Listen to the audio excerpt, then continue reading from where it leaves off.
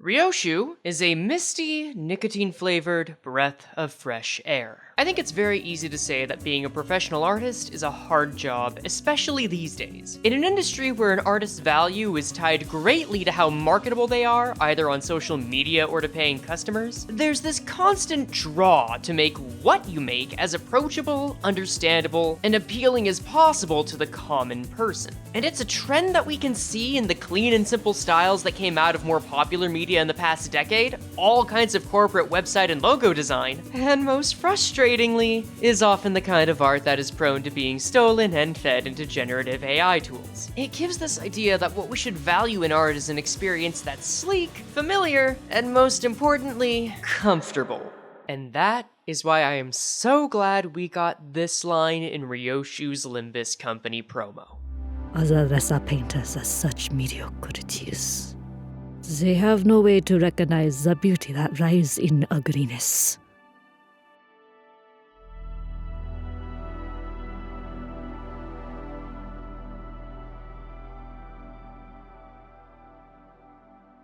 On June 24th, 2022, Project Moon released the character promo for Limbus Company's fourth sinner, Ryoshu. And in the nearly 3.5 years that followed, Ryoshu has gone from an exceptionally violent, amoral sadist that lives to enact cruelty under the guise of art to, well, still all of that. But hey, we know she's good with kids now! Unlike several other sinners, Ryoshu hasn't gone through much, if any, character development. We haven't gotten her version of, say, Heathcliff growing more gentle, Sinclair's budding courage, or the slow, emotional erosion of Rodeo. Instead, we get the sinner that has of the fewest lines of the main cast, which is largely taken up by acronyms because she doesn't like to talk, with an obsession with a particular brand of art and a connection to the fingers that, despite being in her key art, is treated as something she has more passing knowledge of than a close familiarity, of course barring one example. And yet, all of this works because Project Moon decided it was less important to focus on character development and instead on her character's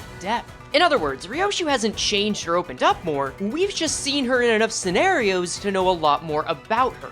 And those wells run deep. Enough so that today, we're breaking down exactly who Ryoshu is across every source material, her definition of art, and know enough by the end to just maybe predict what to expect in Kanto 9. Cause this, y'all, is the state of Ryoshu.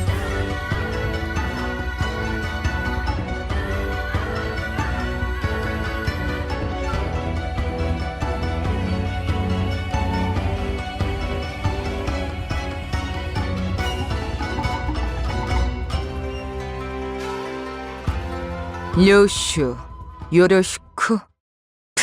And as always, let's start with the facts. Ryoshu is a woman who is motivated in large part by her whims as an artist and uses violence as a common means to create that art. In fact, many of her actions throughout the story are of her taking any chance she can to enact violence on those around her, really just for the sake of giving herself a good time. And while normally I'd say there's a deeper reason to this, and there is, you really can't overstate just how much of Ryoshu's personality boils down to her doing something solely to entertain herself. For example, in Kanto 6, she mentions that her main reason for searching for the Golden Boughs is boredom. In Time Killing Time, the reason she joins in on the investigation is because she found it fun as hell. And when assisting in the first round of Kanto 8's family hierarch evaluation, she killed Honglu with a vertical strike as a form of stress relief brought on by an acquaintance that I promise we will mention in due time. This, coupled with the fact that she has shown several instances of having a disdain for the concept of family or basically any social institution, means that on the surface, Ryoshu's the very definition of an antisocial person. And yet, there are several occasions where Ryoshu is clearly a capable caretaker. The most obvious example of this is her class on taking care of kids in spring cultivation, where she's not only able to comfort and console a small anxious child, but turn that into a genuine connection beyond simply, well, distracting their fears away with her many rapid movements. It's a kind of care that's sprinkled into several of her ideas and ego, as well as the strange yet kinda heartwarming understanding that she shares with the youngest sinner, Sinclair. So when that nurturing behavior is contrasted with the exceptional cruelty that we all know Ryoshu is capable of, this raises a major question. Why is it that a person so capable of empathy chooses to revel in violence 95% of the time? And if I may bring out the scarecrows for a minute, maybe y'all are watching this thinking, Frey, come on, that's oversimplifying Ryoshu way too much. They live in the city, violence is the only option a lot of the time, and she's a deeper character than that anyway. And besides, that's basically answered in Hell's Screen. Or something of the sort. Honestly, I hope someone out there is asking these questions, because it's gonna make this next section a lot easier. You might have noticed that explaining these surface level parts of Ryoshu has already involved the mention of 4 different kinds of sources. And the reason for this is that Project Moon, in their choice to give Ryoshu character depth instead of development, did so in a way where her main personality traits are fractured enough to where explaining any one of these sources alone isn't enough to properly explain any one of her traits in full. And that's pretty different from the last sinner who got this kind of essay, Don Quixote, who had an entire minor character arc to latch onto before her Kanto. So because of that, we can't properly break her personality down in the same way by looking at her story moments, then her IDs, and then tangential lore. No, this is gonna take something a little more creative. These are the 12 primary traits that make up Ryoshu. I scanned through every piece of her story dialogue, ID cutscenes, ID voice lines, ego, some mid-battle only dialogue, and 3 different source materials to find any themes or patterns possible. And that led to the dozen different traits you are now seeing on screen. In a perfect world, we'd have a section explaining all of them. But if this were a perfect world, I could confidently say that this video comes out before 2026. So sometimes, you really gotta make like Ryoshu and not care about living in a perfect world, and instead think that whatever art you make is gonna be really cool no matter when it launches, and that people who agree will probably subscribe and maybe consider becoming a Patron member because you're gonna be moving soon, and that will help greatly with still getting more cool stuff out despite hauling your life over 1,000 years. Anyway, the point is, perfect is the enemy of good. So, instead of 12 traits, we're gonna combine all of these into the 4 themes that best define Ryoshu. These 4 themes represent her perspectives on art, on memories, on her individualism, and on herself as a protector. And by understanding her on all of these levels, and then bringing in her source material, we can not only know what to expect of her, but then make some theories as to what will happen in Kanto 9. So how about we start with the big question in the room. What is art? グロテスク化なもの中から芸術的価値が生まれる。 There are over 30 different instances of Ryoshu commenting on something artistic in the main story alone, and about double that if you factor in quotes from her IDs and ego. From this, we can put together a solid picture of not only what Ryoshu calls art, but what she considers to be good and bad art. And starting from that baseline, the best definition I can give to Ryoshu's art is a distilling of a human experience into a display to be appreciated by others, most often in a form that would be considered ugly, unappealing, or gruesome by those unable to appreciate it. And what's important to note is that this definition of art can take multiple forms. In Kanto 5, Ryoshu suggests that the visual form of the sealed man in the Lobcore branch can be called art, as well as the narrative of Ishmael going from protecting Dante in Kanto 4 to injuring them in Kanto 5. She also has several instances of performing culinary art in cooking, one of my favorites being her considering Fabius's sacrifice to the Seaborns in the Arcanites event Gourmet Art, plus some examples of auditory and performance art, and even the concept of betrayal, considering the fact she's mentioned it several times. Put another way, no matter the medium, if something leaves an impact on either the art subject or the audience, it's considered legitimate art to her. However, this doesn't mean that any old violence can be justified in her eyes as some kind of avant-garde masterpiece. If I can borrow the words that I'm sure some of Ryoshu's more enthusiastic fans are familiar with, Sigmund Freud once said, sometimes a cigar is just a cigar. And similarly, sometimes violence is just violence. The best example we have of this is also from Kanto 5, when the LCB confronts the Twin Hook Pirates. Once the team recognizes that one of the pirates has stolen the badge of the LCCB team leader, Ryoshu comments that the display is both a sorry production and an insult to art. She also calls their act of kidnapping as grotesquerie without a cause, which suggests that violence done with the sole intention to intimidate or be done for, let's call it business, and no thought to the display cannot be called art. And if you think about it, it kind of puts a nice spin on Ryoshu's other habits, because it also means that while Ryoshu will go out of her way to make a battle royale or choke Don Quixote for her own entertainment, she's got that big megamind pride in her presentation of the act. And at the same time, Ryoshu hasn't made a point to call non-violent displays illegitimate art. Instead, she just thinks they're boring. Like, it doesn't matter if it's the masquerade motif in RR4, or the La Mancha Land Blood Fiends outfits, or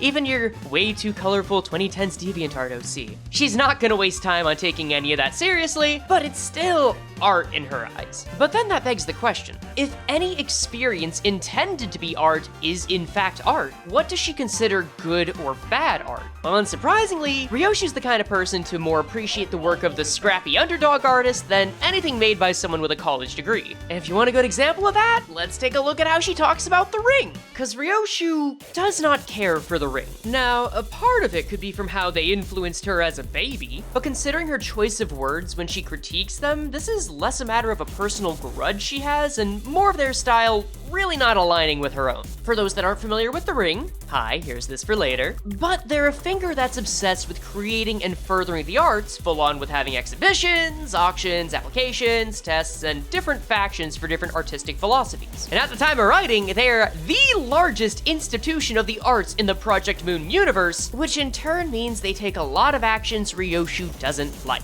Now, admittedly, we don't have a lot of specifics on why Ryoshu doesn't like their art. The greatest direct critique she gives them is that their work in the basement of Wuthering Heights is an ostentatious production. But her other takes paint us a pretty good picture to work with. For instance, in the Kanto 8EX event, she says something similar about the vessel Masas. While it's aesthetically satisfying, it's too ostentatious and not quite her style. Very similar to words she uses to explain the ring. In fact, she generally just doesn't like any art that's too showy. Like when talking to Kasada in Kanto 7. While this is a conversation about information security, Ryoshu mentions that the more eyes observe an info, the less value it has, and then compares it to mass-produced products. She also doesn't care for her work being observed by the drones from the start of Kanto 4. Put that together, and this means that the reason Ryoshu doesn't like the ring is because a lot of their work is mainly there to be seen for the creator's benefit, but not the audience's. Or in other words, the ring clearly creates with such a grand desire for attention and prestige that it comes off as disingenuous and performative rather than a want to make something meaningful.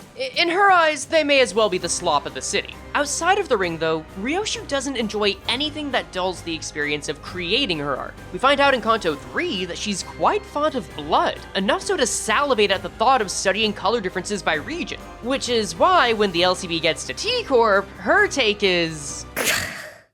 This is a color of shit. Blood should have remained red.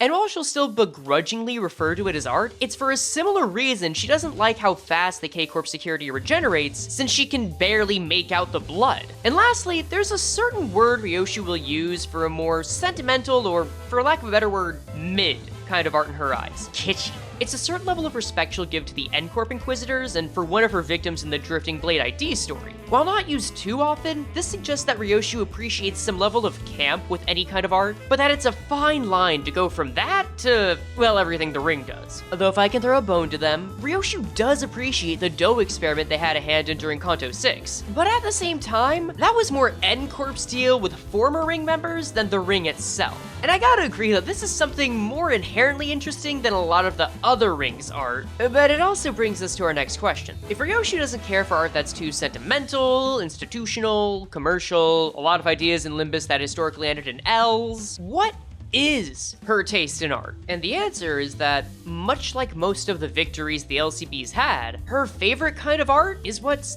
personal. And we see that most clearly in one specific ID. This is it.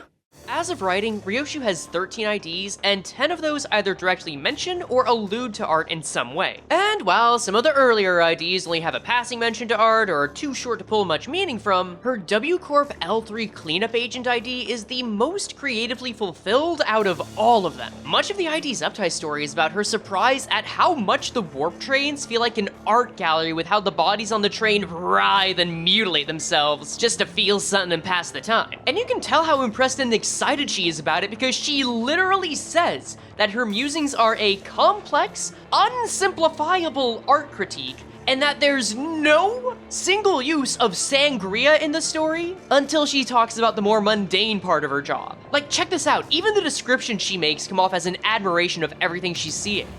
I was so absorbed with chasing after and creating my own art that I neglected to appreciate the art of others. I saw one that used the soft tissues to conjoin two train cars, becoming a new door between them. One that wrapped its flesh around the plush side of a seat, embodying a new chair with extra cushioning. One that is an amalgam of many, taking the shape of a new organism and rushing on. Though I wouldn't classify that as art. Not yet. With her regularly getting examples of this involuntary art where people are put in a scenario to create something out of the indirect coercion of the warp train, we see that the examples she does consider to be art are ones that, by design, are not made with the intent to be seen by the public. But even if the people of the train aren't trying to make a gallery, the fact the door and the chair people are, doing what must be done in a way that feels purposeful makes it clear that these are her flavor of art. And it's all the better since the emotions are put into every moment chiseled in time, as she puts it. In short, Ryoshu admires art that's made where the piece is the purpose. Even if people weren't intending to come on the train and destroy their bodies, the emotions that led them to want to create in this way are genuine. This is also why she considers the experiences people go through as artwork. Y'all remember back in TKT when Vergilius said, "Make another mess while I'm gone, and only Ryoshu will enjoy what comes next." Yeah, she's not afraid to lend her body to the arts either. On some level, I imagine she thinks the ability to revive from Dante has to be one of the best creative opportunities she's ever had. But for certain reasons, she tends to get more curious about the emotions of others. You know, like when she asked Bumble in TKT what it was like for him to have his time ripped away. That was partially because learning the Time Ripper's whole deal is a large reason she was interested in investigating in the first place, but there are several instances of her valuing rare experiences, like when she asks Heathcliff what it was like to be beheaded, almost respecting Hugo's betrayal before it turned out to be boring, and appreciating the idea of Herman betraying her in her N-Corp ID, so long as she makes the betrayal interesting. Ultimately, if she can be exposed to an entertaining or unique experience, she's literally willing to pay an arm and a leg for it. But if Ryoshu was just an art critic, I don't think folks would care so much about her. Old girl's gotta make her own pieces to be a proper artist, yeah? That is where her tools come in. And for Ryoshu, that tool has always been her blade. More specifically, this blade, which is the same as this blade, and this one, and literally every blade that's been in Ryoshu's ID art since the very start of the game, even if she also has a different weapon, or two. Normally, this Odachi stays tied up and unused. The only examples we have of her wielding it are in her default ID, her base ego, 4th match flame, and that one time Hong Lu got to take a crack at it. And in all of those instances, it remains in its sheath. Now, there's a lot to say about the sword itself, like the funny text on the side and what could be the reason it stays in that sheath, but all of that will come in due time. What's more important for Ryoshu's take on art is that she sees her weapon as her paintbrush. As such, she has a lot of pride in her ability to use it. It's for reasons like this she's willing to give Ongdu the old sink treatment when she compares her sword to the Kurokumo's blades, which is kind of ironic considering that Kurokumo Ryoshu actually tends to her sword like morning, day, and night. That's kind of funny. But the reason I bring all of this up is because as an artist, Ryoshu holds herself accountable to maintaining her level of skill in order to perform to the expectations that she holds others to. So altogether, Ryoshu's take on art and as an artist is to have herself be able to bear witness to as many interesting experiences as possible that are genuine displays of emotion and become a better creative in her own right. It's all for the sake of making memories. And that brings us to our next topic. Because if that's the case, what does she do with those memories? 彼の器具がこうして何度も蘇ってくるなんて。きっと彼は私に強い印象を残したのだろう。あれは私がずっとハットに置いておいた。実に素晴らしい芸術作品だったに違いない。Ryoshu has a complicated relationship with her memories. Complicated enough that it's difficult to even explain what that relationship is without making some leaps. So that's what we're gonna do. The first part of this section will be for explaining Ryoshu's memory as close to the text as possible, while the second will be for putting all the evidence together as a prediction for Kanto 9. Trust me, it's just gonna be easier this way. With that in mind, the best summary I can give is that Ryoshu both engages with and remembers what she cares about, and has an easy time forgetting anything else. And there are 3 tools we have that best explain that. The first being a little thing called sangria. Standing for succinct abbreviation naturally germinates a rather immaculate art, and also the word for bleeding in Spanish, this is the name of Ryoshu's preferred style of speaking, in acronyms. They're the little shorthands we see her bring up from time to time, like SYNC for snap your neck clean, IF for insolent fools, and my favorite, barf on your hands. More than that though, it's also the way she most naturally thinks as shown from Mamiya's announcer lines. And throughout Limbus Company, when she talks about sangria itself, she speaks as if it's a better mode of communication, though that also could come off as a thinly veiled threat against Samjo. Regardless, she clearly prefers to speak in this way and gets frustrated when people are unable to understand her. In the earlier canto, she starts off both explaining her sangria and showing how displeased she is when people don't get it. Then as time goes on, Sinclair starts to take the role of translator and allows her to elaborate less and less often. And while other sinners start to have an easier time picking up on her lingo, Ryoshu both relies on and becomes more fond of Sinclair's company, enough that by spring cultivation, he vouches for to Ji Chun at the start of her lesson, and she calls him my translator in a note to the other sinners. All this to say that A, with time and effort, those around her are able to adjust to this kind of conversation, and B, that Ryoshu considers using sangria worth the frustration to keep committing to it. But if that's the case, we gotta ask ourselves, why does she prefer to speak this way? Well, one answer is that Ryoshu gets frustrated with someone if they either talk too much or don't get to the point. Usually this is about them wasting her time or her just calling them a loser. But at the same time, Ryoshu does have a few moments where she speaks at length. Those include, but are not limited to, her spring cultivation class, her warp ID, and even about food and Hell's Chicken, where Sinclair even calls out that she's using full words. Because of this, Ryoshu appears to be using sangria as a mode of information delivery rather than a way of expressing what is personally important to her. She'll get the basic info out of the way talking like she's texting and save words for what actually matter, like her arts, having her fun, or teaching. And there's a reason to believe this compartmentalization pattern applies to her thoughts as more than just a thinking quirk. And we can see that in the second piece of evidence, her drifting blade ID. This poor unfortunate mournful migrant has 3 lines that best represent a trend in how Ryoshu's memories work. The first is in her second chatter voice line where she says that she knows how to repay a favor and doesn't forget that, unlike the rest of her memories. The second is the aforementioned quote where she says Jiabaoyu must have been a fine piece of art to stay in her memory, and the last is her morning greeting, which boils down to her saying that it's easy for her to spend the start of her day in a level of mourning for Jiabaoyu, and she doesn't want her gaze to linger on a fleeting nothingness. What we can take away from these 3 quotes is that Ryoshu has trouble with memory in general, she finds it easier to keep art in her memory, and she does not want to put her focus or gaze on something that is fleeting. Now, if we build off of that, this implies that this specific Ryoshu will better keep in her memory what she finds to be important, like art, her current duties, and her old ward, and easily lose track of any memory she does not need.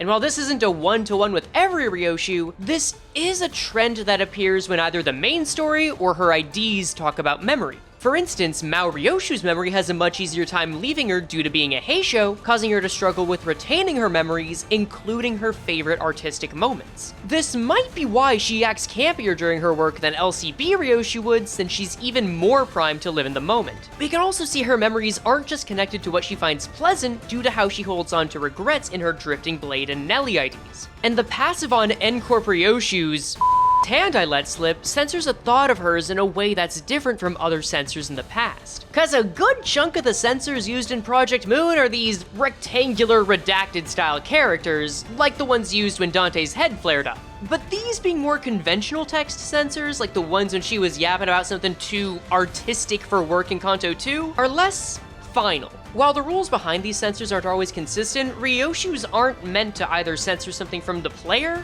or the universe as a whole, unlike the Golden Bough related mind wipe that happened with Kathy. But before we peel back the layers of that censor, there's something else we gotta address about her N-Corp ID, the third tool. N-Corp Contempt all Ryoshu and several of her other IDs and ego make use of a certain word that seems connected to her memories, gaze.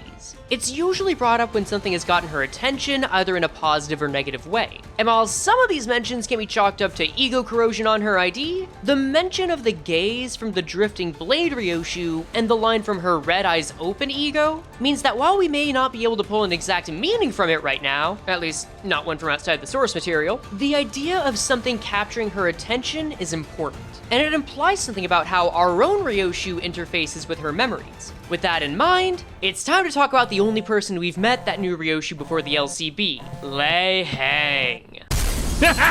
Now, while there's quite a bit we can say about this fella, like how he's caused my ex-wife's wallet to get type 2 diabetes and Ezgu to get 30% of his R34 entries, we're more interested in a certain status that appears during his fight. Mutilated Memory is a Ryoshu-specific status in the 830 fight that gives her a damage buff that gets more powerful the longer the fight goes on, up to 30% more damage after 12 turns. Or put into practical terms, the longer that Ryoshu's exposed to him, the stronger she gets. And it's through this mechanic that I'm making a bet on how Ryoshu's memories work and a small part of Kanto 9.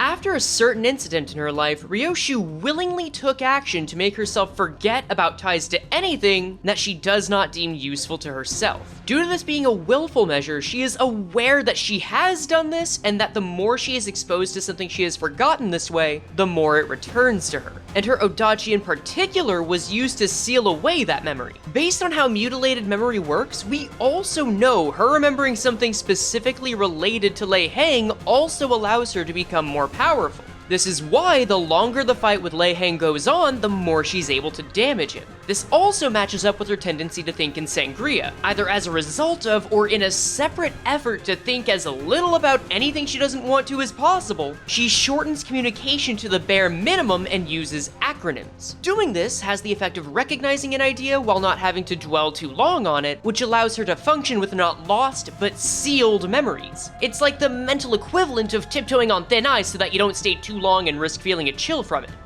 Shit. This explanation also addresses why Ryoshu values memories both as a child and when she was resistant to giving them up through a memory wipe. Since her choice wasn't to remove memories, but allow herself to focus on only what she cares for, she would be protective of what she has without lamenting what she can't reach. In addition, since her Odachi is present in all of her IDs, this means that all of her identities have gone through a similar memory loss to remove something. But even if that's the case, what she retains still can be anything from art to any immediate need in front of her to the people she cares about. And if we assume that perhaps the memory that was sealed in her N-Corp ID's passive was that of a child, and this is the memory she's kept far away in the sword that she caresses in her Force for the Flames ego, then not only does that open up the possibility that she imbued something about that person into her main tool for creating art, but that this memory is contained in all of her IDs and doesn't stop her from feeling regrets for others that Drifting Blade and Nelly Ryoshu lost. But of course, Ryoshu having sealed memories would only make sense if we had any signs that she seemed sad or even off in regards to having a child. And it's not like we have a separate piece of material that makes a good case for it. She just has more of a muscle memory about treating the air around kids that Sinclair seems to really appreciate, and then, oh, what is that?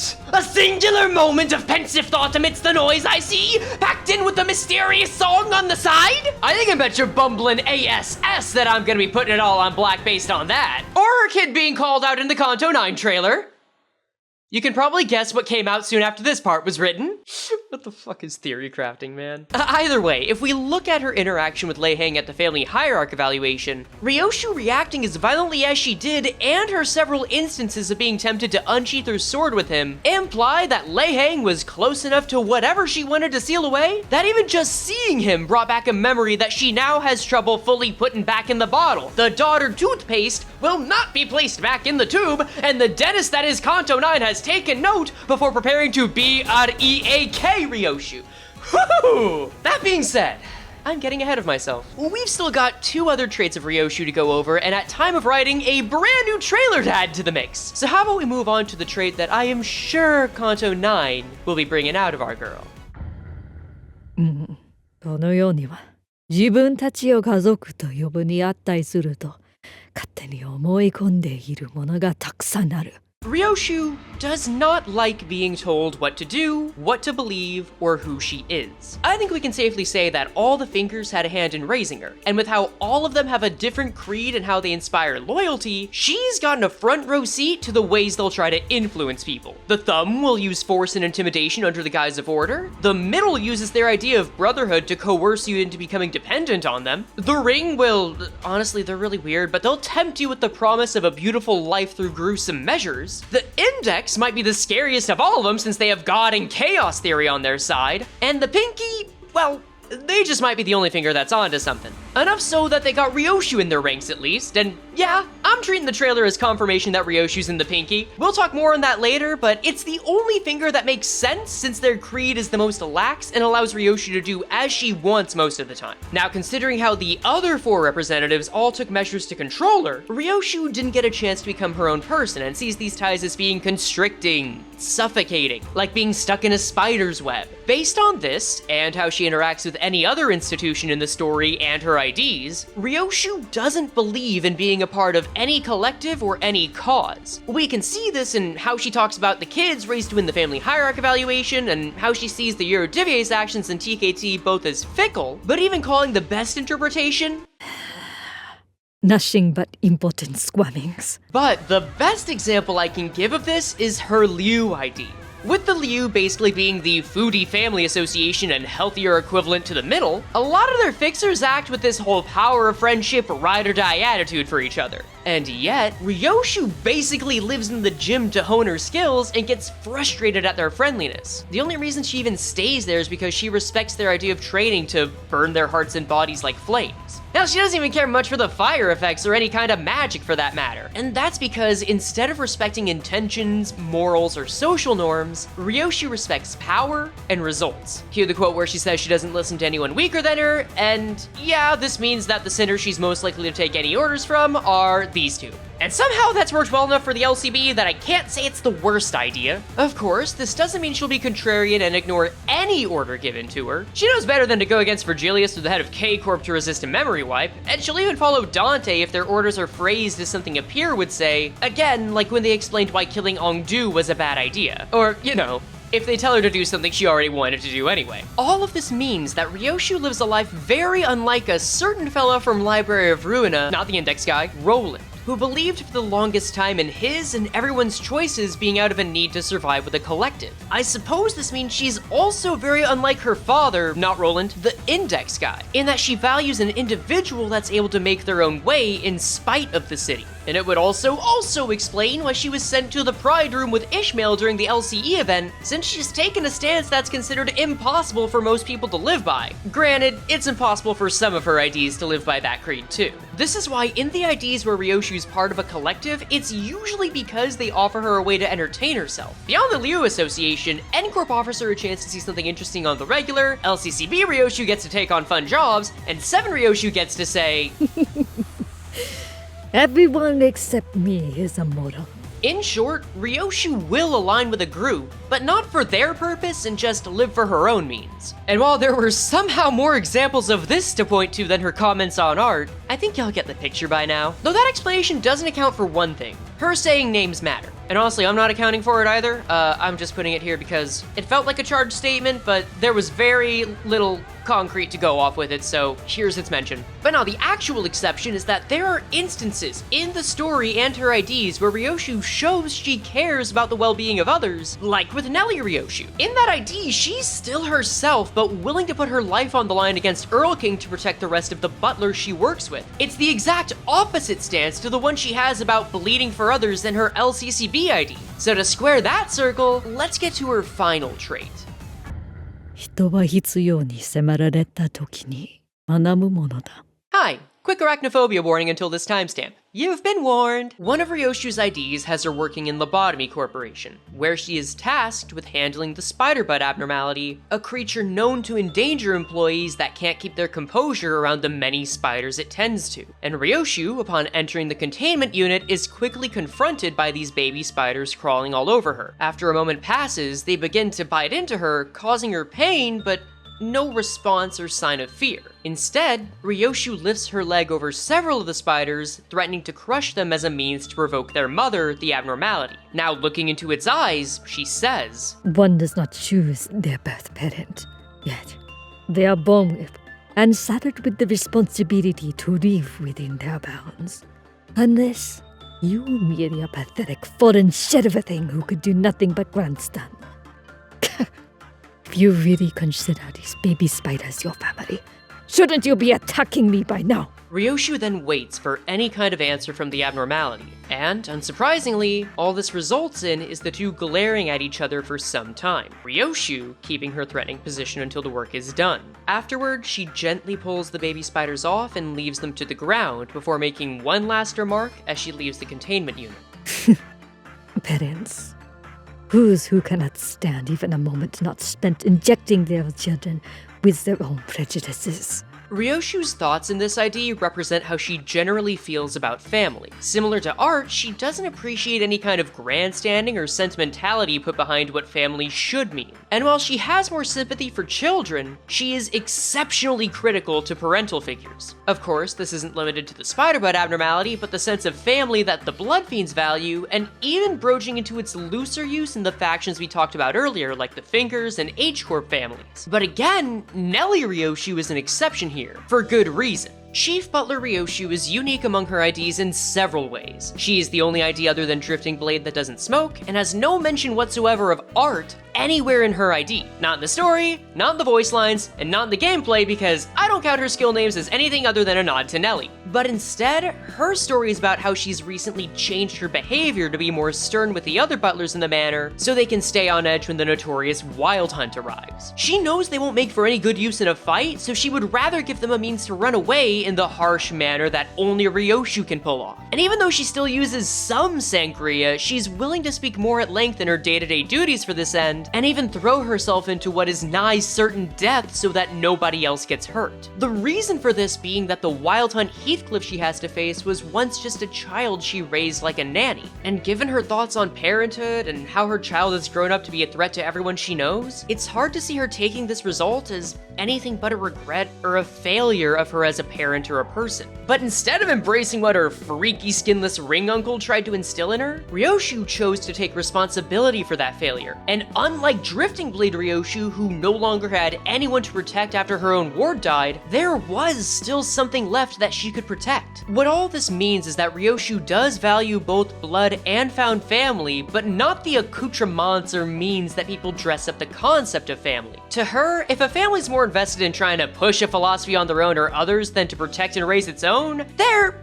well, A load of shit. now on its own, that's a great perspective to have on parenting. Perhaps even a baseline rule to not break. And this isn't the only ID that has this perspective. The LobCorp ID from earlier also has more signs of this in the ego she uses. Unlike most agents, LobCorp Ryoshu resonates well with the Spider-Bud ego gear, which allows her to wield a second one, Penitence. While this does make her stronger and give her a similarity to a certain someone, this results in both of the abnormalities whispering in her head. Obligatory explanation for that if you're interested in knowing why, but while this doesn't cause her any practical issues, she will talk with the two abnormalities often. Her Spider-Bud weapon, Red Eyes, often whispers about being hungry, And in response, Ryoshu reassures it in a manner similar to a hungry child. Meanwhile, penitence, which is based off the abnormality one sin and hundreds of good deeds, will speak more about having a greater cause or facing her own sins. And while not hostile, she's much less patient with this kind of preaching and shuts it down. Once again, Ryoshu's more open to tending to needs and brushes off attempts to preach. That said, this doesn't mean she has a great track record. LobCorp Ryoshu has two signs that she failed her own child in her ego gifts. The first is from the abnormality Scorched Girl, an abnormality that is a reference to the little match girl who froze to death due to neglect. And the second is from the abnormality Bloodbath, who is closely related to another character named Carmen who, upon making a choice that resulted in the death of a child, decided that her next trick would be to perform her own flavor of sangria. The implication of both of these being that Ryoshu's actions resonate well with either child neglect or endangerment, neither of which is exactly encouraging, especially when the Kanto 9 trailer ends off with Ryoshu making a cryptic scavenger hunt out of meeting her daughter again. In other words, Ryoshu's a dictionary definition hypocrite. She clearly holds parents to certain standards that she herself has failed to uphold, and ours chose to instead keep distance between herself and that child, potentially through sealing away her own memories. Chose being the key word here, as Scorched Girl alone could mean that she just ran away to survive, but including Bloodbath with it suggests that she did indeed make a terrible and avoidable choice. Context found here. Now, does this mean she's a terrible person? Well, listen, that's for you to decide, and I know it's easy to throw the word hypocrite around, but there's definitely some level of nuance to this. At the end of the day, though, Ryoshu's life is one where she resented the values of those that raised her, found value in choosing to protect, and then for a reason, justified or otherwise, separated herself from her child in a way that caused harm to said child. Lei Hang said she's still at the spider's house, which is a place that creeps even him out. Signs aren't great, but to her credit, Ryoshu's making it clear that she only calls out bad parents and doesn't try to pass herself off as a good one. And based on how Dante's gotten involved with past Kantos, there are real signs that she's going to turn a corner for Yuzuki in some way. Ah, yeah, right. Her kid's name is Yuzuki. You know, we may as well move outside of Limbus now. Now, you might have noticed that I've referenced Ryoshu having a lost daughter, witnessing a massive fire, and maybe a few other nods like dealing with a monkey. These are less from any new trailers or obscure lore from Limbus Company itself, and references to what happens in Ryoshu's source material, Hellscream. And considering when this video is coming out, there's a chance you've already seen another essay on that topic. So because of that, and the fact I like to keep these videos as much about Project Moon lore as possible, we're going to only paraphrase the essential parts of Hellscreen and the two other source materials, Uji Shui Monogatari and the Spider's Thread, so that you know what happened and how relevant it is to Limbus Company. So first, let's break down Hellscreen. Originally published in 1918, Hellscreen follows the actions of four main characters. Yoshihide, a genius but ugly and insufferable painter, the Lord of Horikawa, who is often described by the narrator as being both benevolent and practically a god in man's clothing, Yuzuki, Yoshihide's much kinder daughter who works at the Lord's palace, and Yoshihide, a monkey who becomes Yuzuki's loving pet and is named after her father as a joke at his expense. But to avoid any confusion, I'm gonna call this character Saruhide. Just know he's called Yoshihide in the book. The story explores Yoshihide's demeanor as an exceptionally prideful, perverse, and arrogant artist, the Lord, who gets by solely due to his level of skill. Being someone who sees the beauty in ugliness, his paintings give him a sense of both disgust and wonder, leaving people feeling like his art was literally haunting them. And I'm not exaggerating when I say that if you imagine Limbus Ryoshu in his position, yeah, you're in the ballpark of his personality. However, he was much more kind and devoted to his daughter. He'd frequently shower her with gifts and do all he could to protect her, though this verged on the possessive since he would hire people to attack anyone who would attempt to date her. This is why he wasn't at all happy with her working as a lady-in-waiting at the Lord of Horikawa's temple. And after the Lord offered Yoshihide anything he wanted after a painting he especially liked, Yoshihide asked him to essentially fire her. The Lord immediately refused, and this set three events into motion. The first was that a rumor started spreading that the Lord was fond of Yoshihide's daughter for less than scrupulous reasons. But while he wasn't willing to let Yuzuki leave his service, that was because he would rather her live a life of comfort in his employ than live alone with her father, which I can't really blame him for. What I also can't blame him for is the second consequence. As Yoshihide kept asking and the Lord kept refusing, he quickly went from being accommodating to Yoshihide's attitude to getting colder every time until he's practically done with him. And lastly, the Lord would ask Yoshihide to create a portrait of hell, which he would spend the next 6 months toiling at. These next 6 months would have several effects on Yoshihide, Yuzuki, and Saruhide. Saruhide would go from being a similarly tolerated tenant of the palace to being pardoned by the Lord after Yuzuki begs for his life, after which he'd become incredibly loyal to Yuzuki and act both as a pet and a protector, leading to him becoming more fondly looked at by others in the palace. Yuzuki goes through her own issues too, but all of those are related closely to her father. And Yoshihide goes from being a cantankerous perfectionist to an actual threat to those around him. The man has always had apprentices that would either be there to help with his work or want to learn from him. But due to his own self-proclaimed limit that he can only paint what he's seen, he would often use his assistants to recreate the depictions of what he would make in real life first so that he could seal it in his mind. And even if he enjoyed painting the ugly, it's a major difference to try and do this with a painting of a god than trying to recreate the expressions of a man being tortured in hell. He'd go to more extreme lengths to make these depictions, like tricking one apprentice into being assaulted by a horned owl in the dead of night and just staring at him while he began to paint his torture. Another one was made to strip naked and be tied up in chains before he was yanked to the floor. And after enough time passed, he became so obsessed with getting the perfect depiction of one part of hell that he even attempted to involve his daughter in a similar way, leading Saruhide to desperately scramble for help to get someone to rescue her. Eventually, Yoshihide gets so desperate to meet his standards for art for the hell screen that he comes to the Lord on all fours to beg him for help creating the centerpiece. And despite being fed up with him, he's granted the audience due to still technically being in the Lord's favor. He asks for help recreating the scene, a falling burning carriage with an aristocrat woman writhing within. He admits his limitation of not being able to paint what he hasn't seen and says to the Lord that the only way he's able to complete the painting is if he can see a real-life depiction of a woman being burned alive in a carriage. And the Lord of Horikawa, despite hearing him out, is beyond done with anything that Yoshihide wants. But just as soon as he hears the request, he takes on this almost manic demeanor similar to Yoshihide's own, and with a slight foam at his mouth and a booming cackle, he agrees to not only burn a carriage in front of him, but to put a woman inside so that he may get exactly what he needs. Realizing the implications, Yoshihide feels a crushing sense of dread as he knows his only choice now is to thank the Lord for his gracious gift.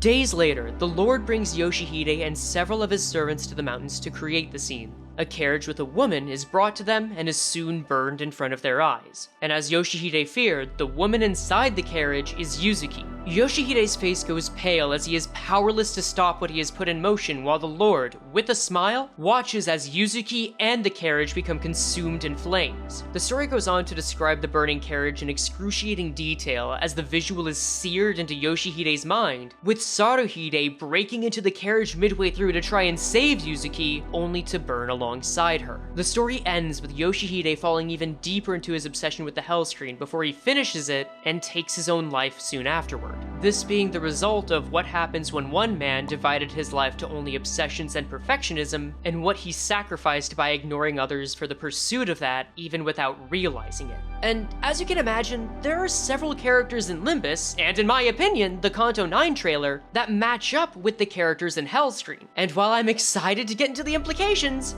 we've still got 2 more stories to talk about. Thankfully though, these can be explained pretty quickly. Next up is The Spider's Thread, a short story about a sinner in hell named Kandata who is caught deciding to not kill a spider and instead show mercy to it. A passing god who notices this rewards Kandata's kindness by offering a spider's thread from paradise into hell so that he may climb up. Kandata takes it and midway through realizes he might just make it into paradise before noticing that other sinners are climbing the thread behind him. Fearing the thread will break, he demands the other sinners get off and that this is his and his thread alone. But in this act of selfishness, the thread snaps from above him, plummeting him back into the depths of hell. And while there are some references to escaping from misery, the largest similarities between this story and Ryoshu are the spider's symbolism that exists in some of her IDs and ego. Oh, and also the threads in the trailer, how can I forget about that? Overall, it's a simple but still relevant story, which brings us to the final source, which is less a story and closer to being gossip fiction. The Uji Shui Monogatari collection is a series of stories written in the 13th century on several scrolls, with each story being titled by the scroll it's on and its placement on it. And the story we care about is the 6th one on the 3rd scroll. So I'm just gonna name it 3-6, and am fully expecting at least one person in the comments to try and painfully extract some joke out of that. Now, the story itself is only 2 paragraphs long and lines up closely with the events of Hellscream. A Buddhist painter named Ryoshu escapes his burning home without rescuing his wife and daughter, and upon witnessing it, he recognizes how beautiful the tragic display is and how grateful he is to now be able to depict it hundreds of times in his art. And since he doesn't show any sign of grief for his family, his neighbors think he's either possessed or gone mad. And in response, he brushes this off as them being talentless commoners. Frankly, I don't see a lot to take away from here other than that this is the inspiration for Hellscream around 700 years later, and is a solid original source for the name Ryoshu. Cool. And with all of those in the books, we must lastly now address that Ryoshu's soda ego is gloom, and that there is no discernible meaning that I can derive from it. In other words, we have looked at all of the notes I have about Ryoshu that are relevant. Sure, there's little trivia left, like how only 2 of her IDs have gloom skills, or her wearing black gloves in her CGs. But since making this essay took almost 50 pages of notes that don't include any of this 20-page script you're hearing, it's time to accept that not all trivia is made equal. So if something's not included, chances are that it wasn't forgotten, it's just not essential. Because now that we've laid out all the important stuff, it's time to make some predictions about Kanto 9. After you give it a good and it up, go on it. Next up, you and then you soak it in. As always, being invested in Project Moon lore means trying to find the hidden language the company uses to foreshadow what comes next. And that very quickly turns into scouring the entire world for little puzzle pieces that mostly connect to each other, and then throwing those completed puzzles into a game of Plinko and betting on whether each prong leads the puzzle right or left. And if that analogy was confusing, good, you're already in the right headspace. All that to say is I've met a lot of people that try to predict what's going on with the next event in the story and get really pissed off when it doesn't go exactly the way they think. And I'm just saying, if you're doing this for anything but the love of the game, you're gonna have a rough time. So like with Kanto 7, I'm going and expecting somewhere between 30 to 50% of this to be accurate. And if some of the ballsier calls land, well, you can probably imagine what'll happen. Hey, Frey from the future here. Originally, I made all of these calls when we only had the Kanto 9 teaser from before Christmas, and not the trailer that dropped after Christmas. So I tried going through these takes to update them, and it turns out these still feel like the best predictions available, but for new reasons. I sprinkled some new info about the latest trailer where it fits, but for now, I'm 99% sure that what we've seen in the video only represents part 1 of Kanto 9. So even if this does take place in the LC headquarters, I'm still expecting Rolex here to take us to a second location. Reason being that all those other trailers that focused on IDs and ego beforehand would allude to what happens past part 1, but never show anything damning about later in the Kanto. Anyway, that's it. Back to the corkboarding. The first bet I'm making is that Kanto 9 will be about an event called the Finger Bow Bell.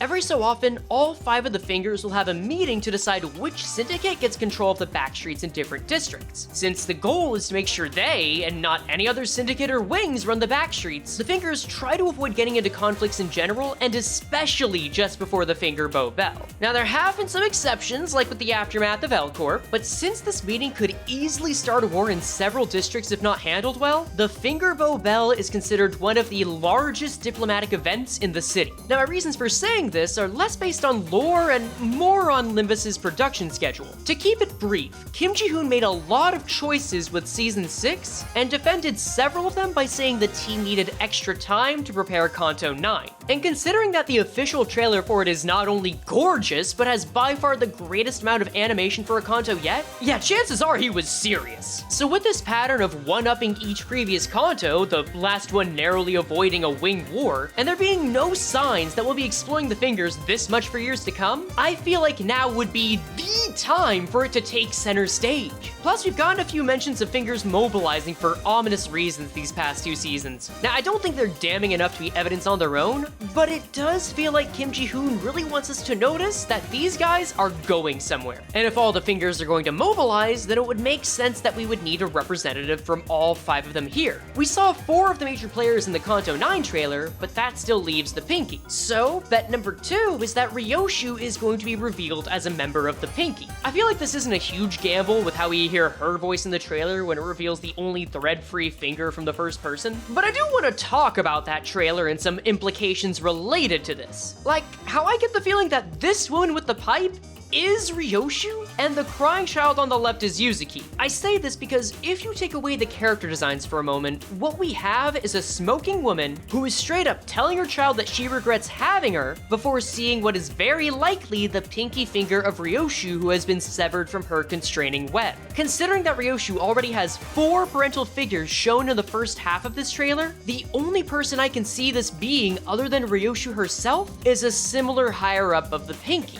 And while we can't rule that out, I'm skeptical of Ryoshu having any sort of relationship to a mother, since Yoshihide in the source material never had any parental issues of his own, and because while there is a father clearly outlined in here, not Roland being a part of the index leads me to believe that he's here to represent the Lord of Horikawa more than anything. It also doesn't feel right to put her in the role of Yuzuki since, like, she already has 2 names and a daughter. Like, I could be wrong, but if this is a Sancho situation, then it would be the most questionable plot twist PM has ever made. Instead, I'm reading what's happening here as Ryoshu having a flashback of herself speaking to her child before she decided to seal her memories, and this one without the threaded pinky as Ryoshu afterward. Hell, I'm starting to get convinced that this is her intentionally severing the connection with her own daughter as some twisted means to protect her, since there has to be some reckless action she took based on her LobCorp ID. It would also explain why a character based on Hellscreen Yoshihide would be so cold to their daughter if it would somehow protect her. And following that reasoning, she was only able to escape because of the pinky's help and the level of anonymity that other fingers don't allow. Also, Ryoshu even knowing how the pinky works, Leihang knowing something ominous about both her baby and sword, and Kong Q asking such a leading question about her path of Ashura, at the end of Kanto 8 implied that they were at least involved enough with her to recognize one of their own. And while there is a chance that she came to know about them due to her time being around the fingers at the spider's house, once again, the visual of her with the bare pinky is enough to tip the scales for me.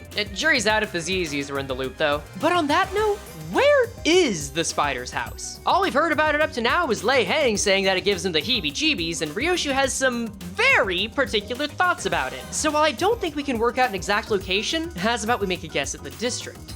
There are 3 plausible districts I can see Kanto 9 taking place in. Those are District 17 with Q Corp, District 18 with R Corp, and District 10 with J Corp. But among these, District 17 makes the strongest case. It's in part because these guys might be the new Ji-chun. Yeah, Yanchun and Kong Q both mentioned having plans to head to Q Corp after the events of Season 6. And Kong Q ain't the only one here that knows about the pinky. In Leihang Merceau's U3 story, he meets with a woman who has a higher status than a capo, and is speaking on behalf of the Shi family, but is not a part of the Shi family. Furthermore, Zigong in the end of Kanto 8 states that Yanchun was in cahoots with both the Jue and Shi families. And lastly, the same U3 story in the ID has her calling out Merceau's Po Dao as a nod to knowing he's in the pinky. Couple this with her also planning to return to Q Corp with Bao Chai, and assuming Kanto 9 is indeed about the finger Bo Bell, she would have some cryptic reason to try and meddle with what's going on here. Doing exactly what? I have no idea. But I think it'd be funny if her married husband was Rolex over here. In any case, the seeds for something happening in Q Corp have already been planted, but that's not the only reason. We may not know much about Q Corp, but know a bit about its singularity, the glyphs. These suckers act a lot like magic MacGuffins that apply an effect to whatever they're written on. They're what enable the Mao to use the death rights they have under certain conditions, can be put on talismans, and are implied to be what force the Heisho to be obedient to the lords that own them. The point is that if something has this kind of writing on it, it may have some kind of cryptic effect from Q Corp. This would be a great chance to explore one of Ryoshu's own distastes too, being her disgust of sorcery as opposed to skill, and possibly what is on her Odachi. Cause hey, I didn't call her a hypocrite earlier for nothing. If the glyphs can mess with people's minds, it's not far-fetched to say that they can seal away memories too. The only major argument I can make against this being the story is that it almost feels too big for a single Kanto. Like the same person who had a hand in the attempted H-Corp coup is gonna get involved with all of the 5 fingers at the biggest diplomatic summit we've seen feels too soon. But at the same time, Yanchun was already foreshadowed to pull some shenanigans before spring cultivation. And with there being a trend of the Kantos getting steadily longer, like Seriously, Kanto 8 is more than twice as long as Kanto 4. I'm starting to wonder if we'll ever get Kanto releases over the course of 4 weeks instead of 3.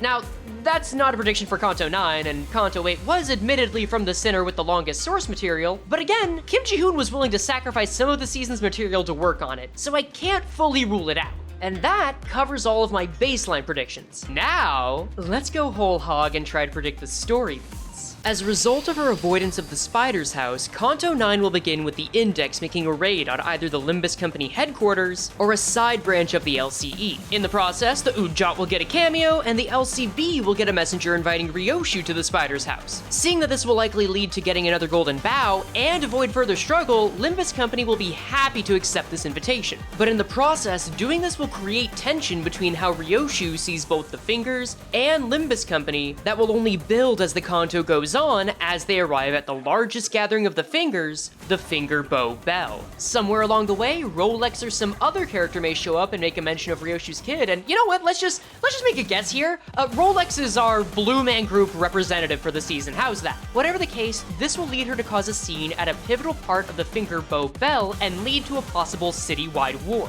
Now, somewhere around this time, we'll get some kind of rising action that I can't really give a great guess for. It could be anything from Yeonchun shenanigans to more of Ryoshu's child lore to, say, the third appearance of Ricardo, who's no longer the only one who's level 60! But regardless of the source, something in here will result in Ryoshu making the choice to unsheath her sword. And funny thing about that Odachi, the text on it can be translated to mean to lose oneself to the madness of pandemonium. Based on that, I believe that the sword both sealed away Ryoshu's memories and something that made her powerful. And either the source of that power or the means used to seal it away was a Q-Corp glyph that applied either a curse or a demon. Considering what Q-Corp's technology was used to do before and Ryoshu's disdain for magic, it would be within her character to begrudgingly turn to it as a means to get freedom, especially if it was used just to seal her power rather than give her power. And side note, it'd also be really cool to see that match up with what she names her sword in her W-Corp ID. But back on the story, this rising action will result in Ryoshu using this panic button that is unsheathing her Odachi, which inflicts some kind of pandemonium at the Finger Bow Bell and causes Dante to have to consider using their own panic button. However, this isn't the button that causes them to blow themselves up like in Kanto 5, but a different red button that was mentioned in Ryoshu's reveal card at the start of the game.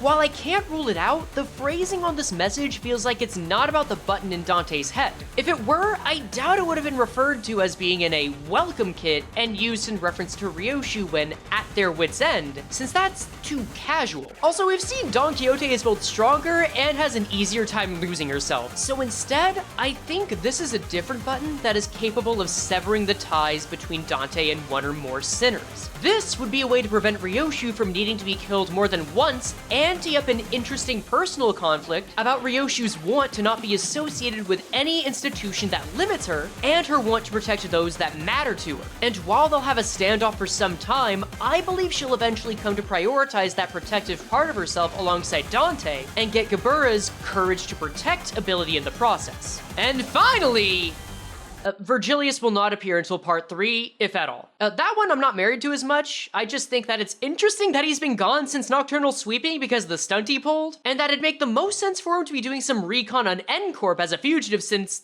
well, Limbus Company picked him up when he was being hunted by N-Corp taboo hunters. Call it Kanto 10 foreshadowing or something, I don't know. But that covers both everything we know about Ryoshu and a fun gamble on what's happening in Kanto 9. I'm really looking forward to checking it out with y'all on New Year's Eve and doing a new blind challenge where every fight is a run with a team selected at random.